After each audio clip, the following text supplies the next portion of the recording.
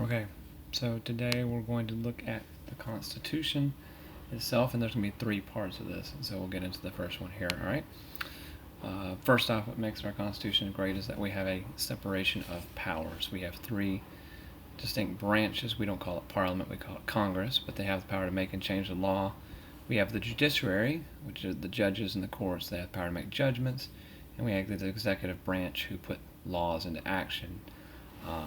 We'll get into that a little bit more. Now, so that again, that separation of powers, three. And beyond that, we have something called checks and balances, and that is where every branch, for example, the executive branch would nominate the judges of the judicial court, and the judicial court will declare laws unconstitutional of Congress, and back and forth, etc. We call this checks and balances so that everyone is not checking like your mama, this, that, and the other, but that they check to make sure everybody's not getting too powerful and we don't have a kingship or something like a monarchy going on, which is one of the reasons we didn't like England in the first place instead of this country. Now, if someone does become too powerful, and this has only happened a couple of times, or you don't agree with the way they're running it, there exists something called impeachment. 3 articles of impeachment have been drafted. Only one has been kicked out, and that would be Andrew Johnson. There were also impeachment charges brought up against Nixon and Bill Clinton, and we'll get into those reasons later on. Now, a lot of people have said that, for example, the current president should be impeached, but I wanted to bring this up here, the process of how this works. And there's a lot of things that has to happen. It has to start in the House. Once it goes through the House and submits the impeachment to the Senate, there's other things, and then there's actually a trial, more or less. So it's not just, hey, I don't like your face, I want to get rid of you. Now, within the legislative branch, the biggest thing they can do is nominate a bill, like here we have Schoolhouse Rock bill, and a bill becomes a law once it has been voted on and has been approved. Now, in the checks and balances, there exists a really important power. It belongs to the president, and it is called a veto. A veto is nothing more than a formal disapproval, and the president can veto a bill at any time. However, the Congress can override that veto, and that goes into something that you'll get in 12th grade government. Right? Now, within the Constitution, there are certain things you can and cannot do as elected official.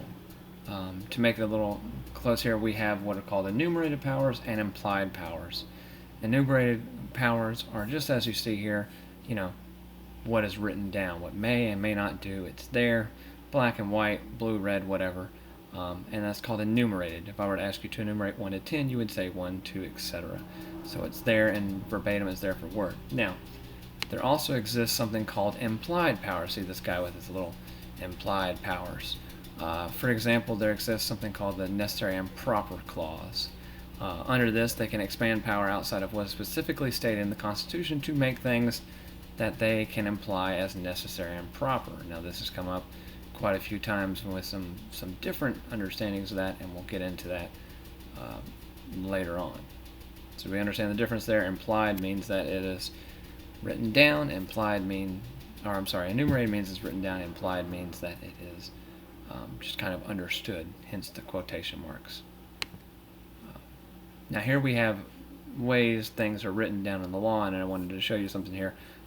They went into a bunch of things here. It's French, etc. But if you look here, this is a bill, becomes a law, and you see here 1, 2, etc. These where they're numerated as number 1, number 2, these are called clauses. And so their clause is nothing more than a part of a bill to make it more specific, make it more broad, so that people understand what is going on. Okay? Now, one of the biggest things we need to get here are that we have something called habeas corpus, alright? Now, habeas corpus is Latin, basically means the living body, and it means that Farmer Joe here cannot come up to this guy and say, hey, I don't like you, I'm going to throw you in jail. There has to exist a trial. He has to be able to defend himself in trial, etc., and that is the habeas corpus. Hence, you don't cut off the living body. Other countries, ISIS and other things, they just kind of do things as they please. For example, Kim Jong-un in North Korea decided he didn't like his uncle and shot him on the spot. That's not habeas corpus. That's called a dictatorship, and that's not any fun. All right. So habeas corpus basically means you have to go to trial. If there's a disagreement here, like these two men might be having, you can't take it upon yourself to take care of that. Now, the three branches of the government, and we're going to pay attention to these houses because they love to pop up in political cartoons, etc., and they love to mess you up. The first one is called the executive branch. The head executive is the President of the United States, or POTUS as he goes by on Twitter. And he lives in what is the White House. This is the White House. It has 4 columns on the front here, kind of a Greco-Roman style, and it's the iconic thing. It's on the seal of the United States. So anytime you see those 4 things there, usually with the Rose Garden, etc., that is the White House that belongs to the President. Okay? The next one we have is the legislative branch, the legislative, L, laws, also L. This is where Congress meets to decide the laws. The big example of this building, this is called the Capitol, and it has this big rounded dome. It's called a rotunda. That's where they basically meet, and it's a big open area. It's pretty cool. And then you have the separate chambers here. The House of Representatives on the right, and the Senate is on the left, and they have their offices where they go and do their things. And they'll convene here in the middle to decide laws. So the Capitol, legislative, laws, there you go. Now the last one is this wonderful building here, and this is for the judicial branch, and this is of the Supreme Court. Now if you notice here by the pillars, 1, 2, 3, 4, 5, 6, 7, 8, and then 1 kind of in general building, that will help you remember how many judges there are. There are 9 Supreme Court judges. There'd be 1 for each pillar here, and then there's 1 as the whole. He's called the Chief Justice. So if you just remember, there's 9 Supreme Court justices. The one with the most columns, not the White House, but it is this. It looks like something out of a Greek kind of things. So that is the first little section of notes there. Hopefully we got that.